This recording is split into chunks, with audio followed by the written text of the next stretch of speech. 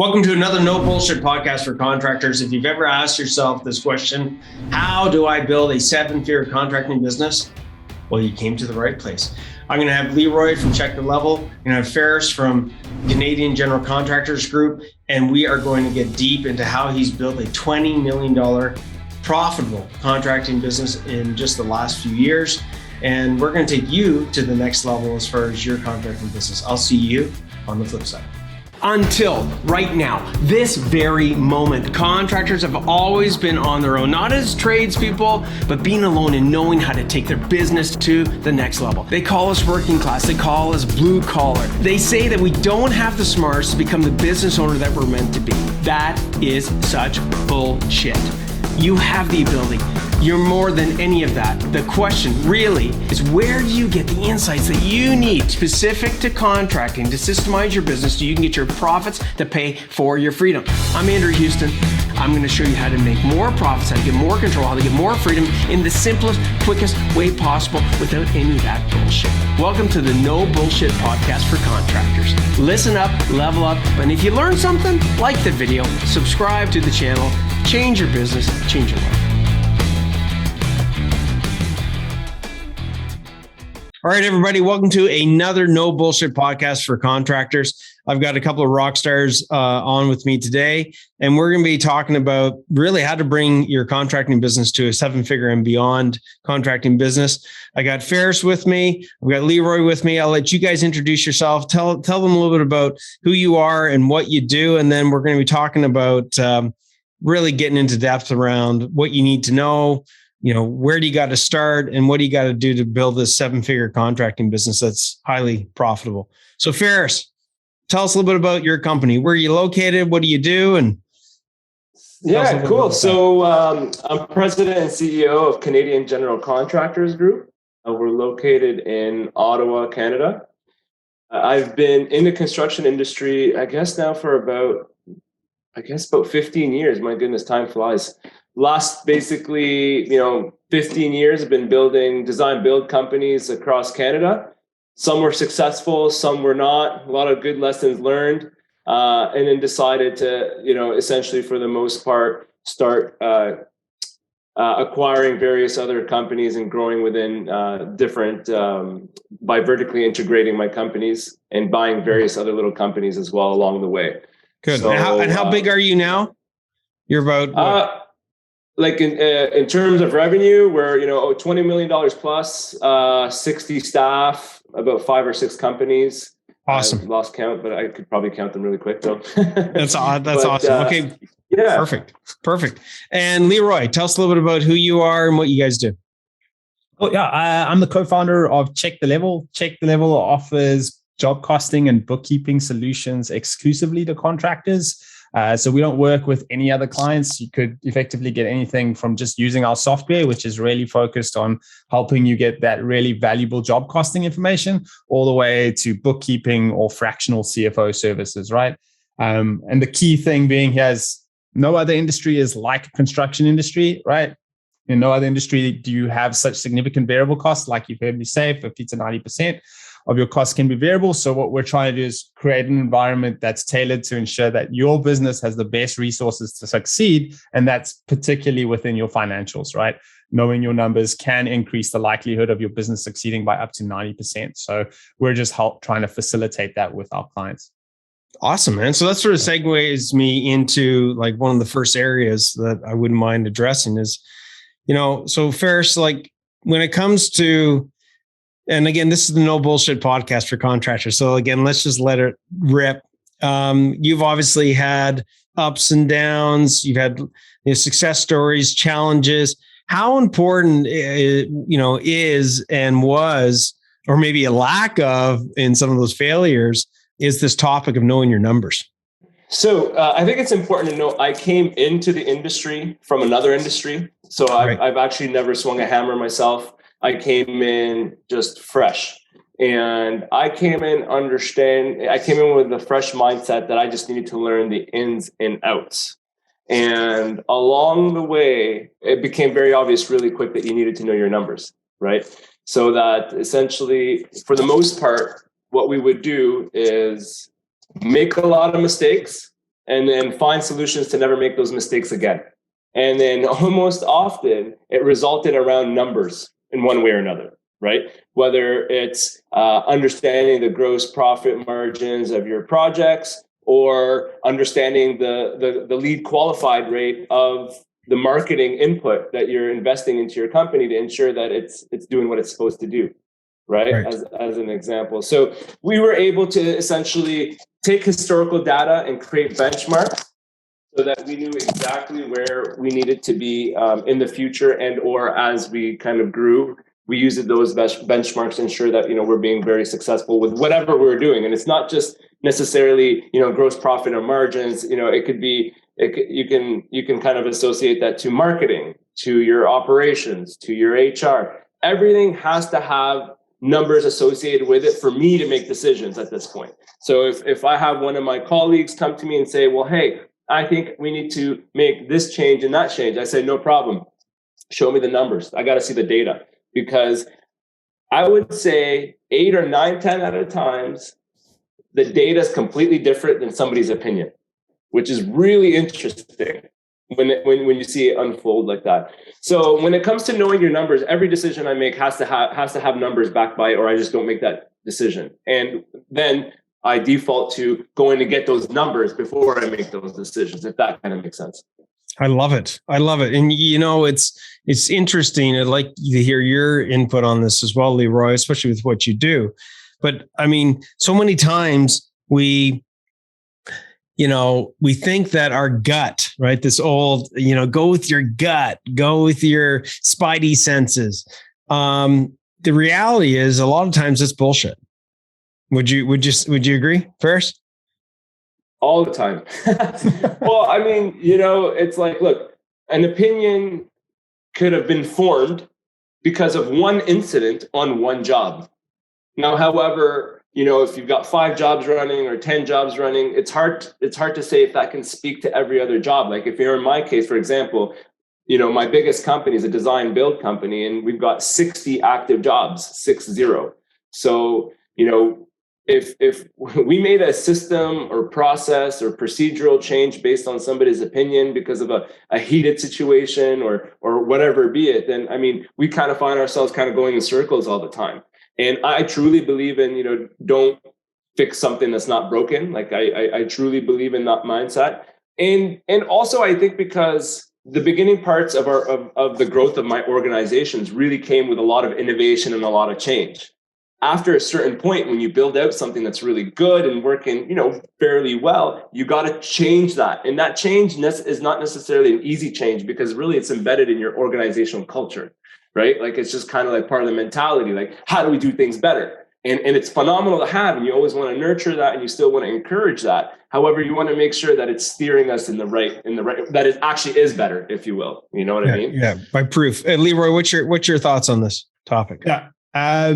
I think what I love about numbers is it removes the emotion out of your decisions, right? So that there's that component. Like if if I showed you, hey, this is how your payment schedule or your collection payment schedule on your jobs is impacting your ability to finance these job costs. And I say, hey, if you increase your deposit up to 50% when you start the job, then you won't have this problem. When you go into that sales call with a homeowner, you're not trying to negotiate like, hey, like 50% deposit or not. You know that if you don't have a 50% deposit on this job, you are financing those job costs and you're taking on significant risk in your business, and you have to be comfortable with that. That's what numbers can do. The other side to the numbers is they can also help you, to Faris's point, highlight where you should be spending your time. Right? If you've got a good financial reporting process, you'll see where you're losing money. And there's always holes. There's always holes in your business, right? There's always opportunities to improve your business. But if you've got numbers assigned to that, then you know what's your biggest bang for your buck, right? Where should I be spending my time? Because that will result in either increased revenue or cost savings or profit increasing for my business, right? So that's what I love about knowing numbers in any business is, one, it removes the emotion out of your decision making, and two, it helps highlight where you should be spending your time. Beautiful. I'm always about, especially having a coaching business, one of the biggest aspects of a coaching business is being able to come up with the right questions, right? I think, the level of question that you ask is proportionate to the level of the answer that you get. And I think one of the things with numbers is, and maybe, for everybody listening in, maybe think about these two questions. And I think the later one carries more weight than the first one. The first one is, what are you seeing is going to be able to allow you to make better decisions. And the second question is, what are you not seeing, right? It's that question, what are you not seeing is super important. So with that being said, Ferris, what are some of the, not to, go through with both of you is going through like, what are the 53 things you need to know from a financial perspective, but what would be like the top 3 to 5, things? And I don't know how difficult that is to give some examples, but what would be the top 3 to 5 numbers?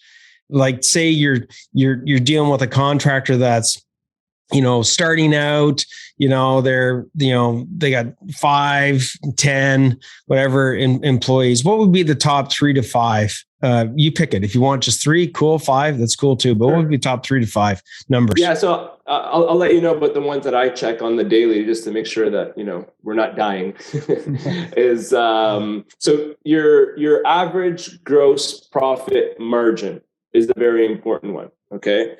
So, and that's essentially the profit on the variable costs. So not including your overhead, right? So you charge a client 20 grand and the cost for that job was 15,000, that $5,000 is your gross profit margin.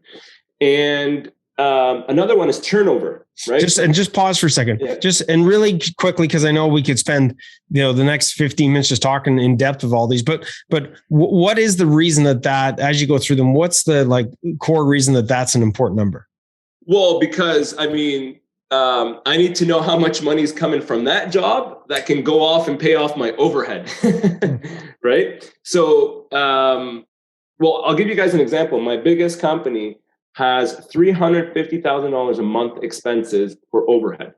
So if my jobs are not making gross profit to go feed that overhead, I'll have a lot of disappointed people. They're going to be knocking on my door. So you need to know your gross profit margin, and you need to get good at getting a certain average. You don't want a different one for various different projects, and simply just because it becomes easier from a forecasting perspective, right? Like right now, I can sit here and tell you, I know how much turnover we're going to do. So there's a difference between sales and turnover. Sales are signed contracts. Turnover, you completed the jobs, they're done, and revenues chalked up. So, I like to be able to look at it from whatever, annually, quarterly. I know how much sales I'm going to have, turnover, how much gross profit I'm going to have. And therefore, it allows me to plan for my overhead a lot easier, right? Because totally makes sense. You can imagine, right? Like if you're going to go from $10 million, heck, $5 million to $10 million, what does your organizational structure look like? Where do you have to hire? Heck, how many people can you hire, right? And you can only really do that by everything I do, really, I reverse engineer. This is the outcome I want.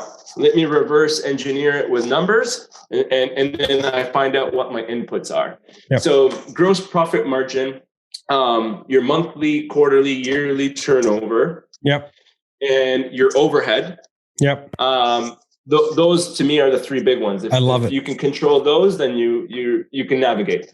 Good man. How about you, Leeroy? Would they be the same, or is there some other ones that you would mention? Yeah, I think highlighting on Ferris's gross profit, I think that's one of the most important metrics to know. And the other part to this is when you look at gross profit margin, you'll want to make sure that your accounting or bookkeeping firm has set it up properly, that, hey, this is sales. These are all your variable or direct costs with the job, so that when you look at your profit and loss statement, it's easy to say that your gross profit margin is X. Over 80% of them are not, right? Yeah, exactly. A lot of the time, the one that a lot of people forget to add as part of gross profits is your field staff wages and other costs. Very rarely do you actually see accounting firms or bookkeeping firms separating overhead employees versus direct cost employees.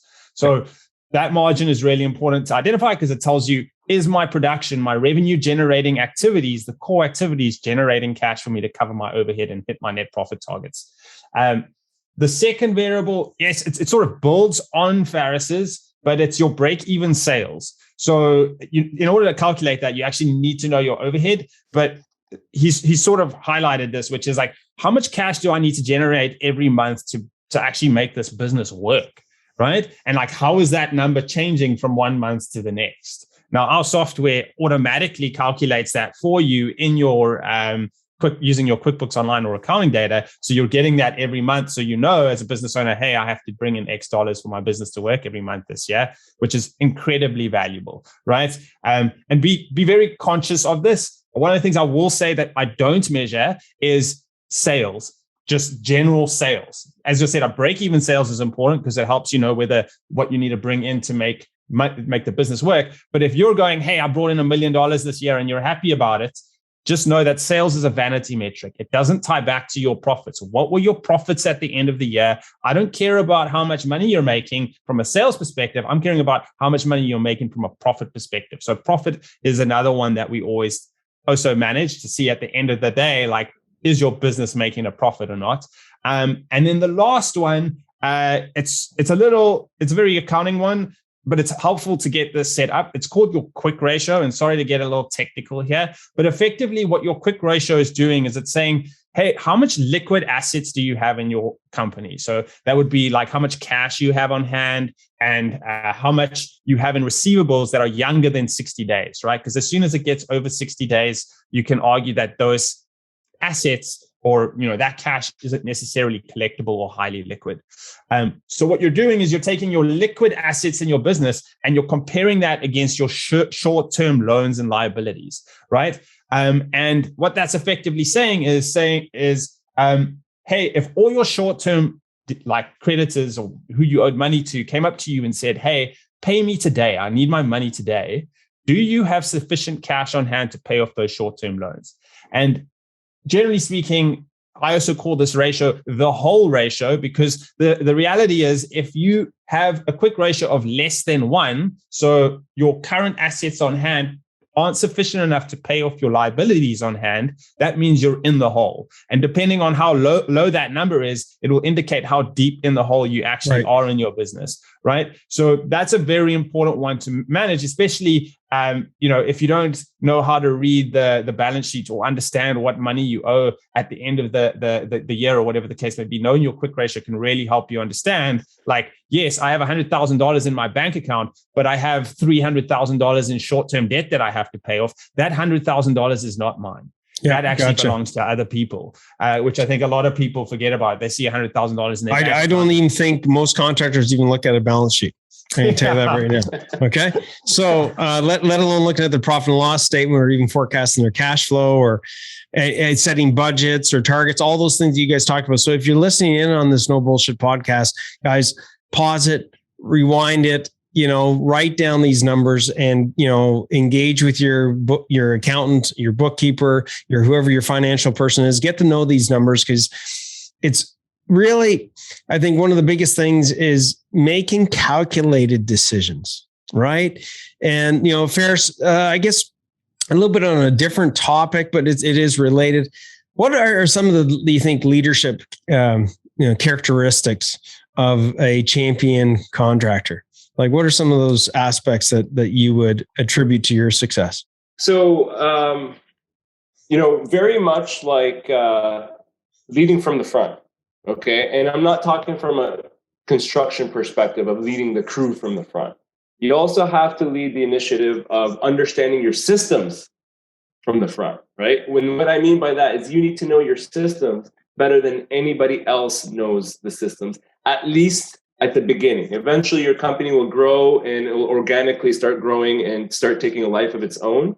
But at the very beginning, you need to understand your systems. And I'll tell you why I think that this is the probably number one biggest issue contractors have in evolving to become like a legitimate business with systems and processes and procedures, is because they think that this off-the-shelf solution, a builder trend or co-construct is, they're just going to turn it on and it's just going to work magically and it's just going to run itself and it's going to teach everybody and it's going to just be miraculous.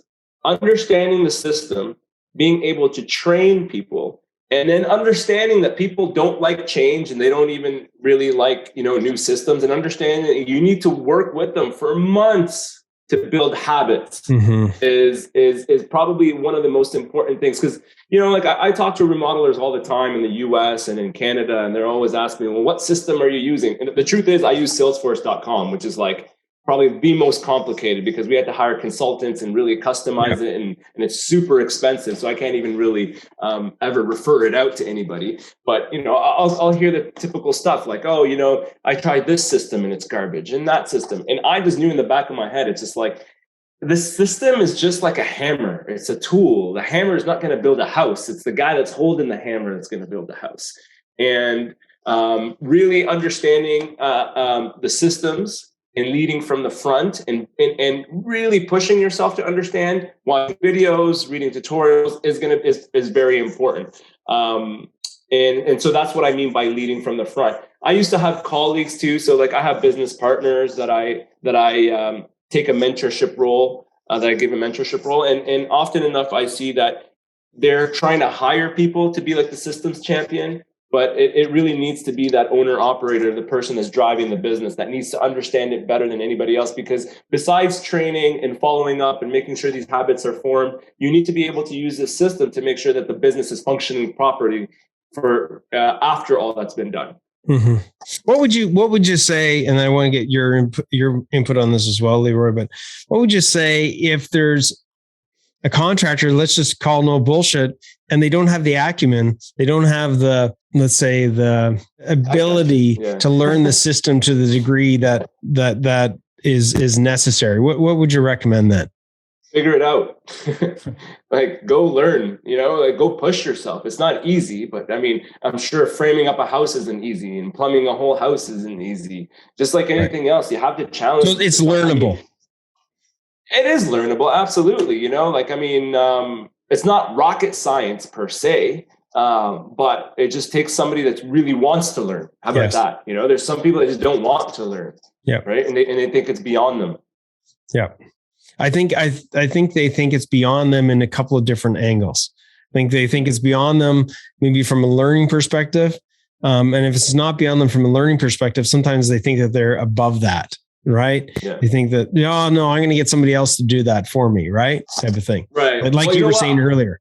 I'll say this to your listeners, understanding your systems, understanding your numbers is how a guy like me that's never swung a hammer before can come in and completely take over the whole industry. So if they're looking to really grow their business and not be outdone by these, I don't know what you want to call them, the guys like me who are more systems oriented, who are more, procedural oriented, that's how they're going to come and just come take over. Right. So like, I never really had the system stuff. I never really had the construction stuff, just so you know, in my first year, although we did $1 million, we didn't make any money off it. Sorry, we sold $1 million. We didn't make any money off it.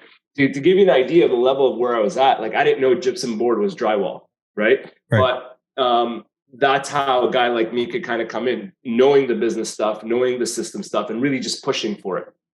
Right. Very well said, man. So Leeroy, your comment on this?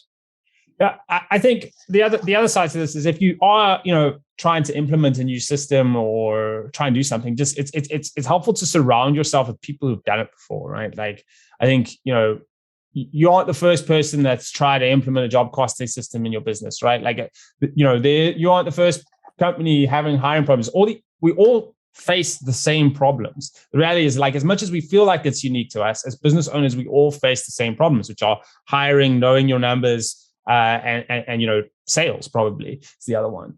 So setting yourself up for success is also setting yourself up with people who have done it before. So I think that's also another place to start, right? And whenever I'm faced with something that I have no idea how to do, I have advisors that I go to or coaches that I go to say, hey, like, how do I go about doing this? Can you put me in contact with someone who's done this before, right? A lot of what we're doing at Level is really focused on helping give contractors that access to that resource. Because a lot of the times our clients come to us and they're like, I have no idea how to read my profit and loss statement. My previous bookkeeper just dumps the books on my plate and says, hey, this is how you did this year, and doesn't give me any buy-in on how to interpret these numbers. So, one of the biggest compliments we get from our clients is that we actually take the time to help you understand how to read your profit and loss statement, because you didn't go to school for that, right? You're good on the job site. So again, surround yourself with the people that are there that can help you and elevate and fill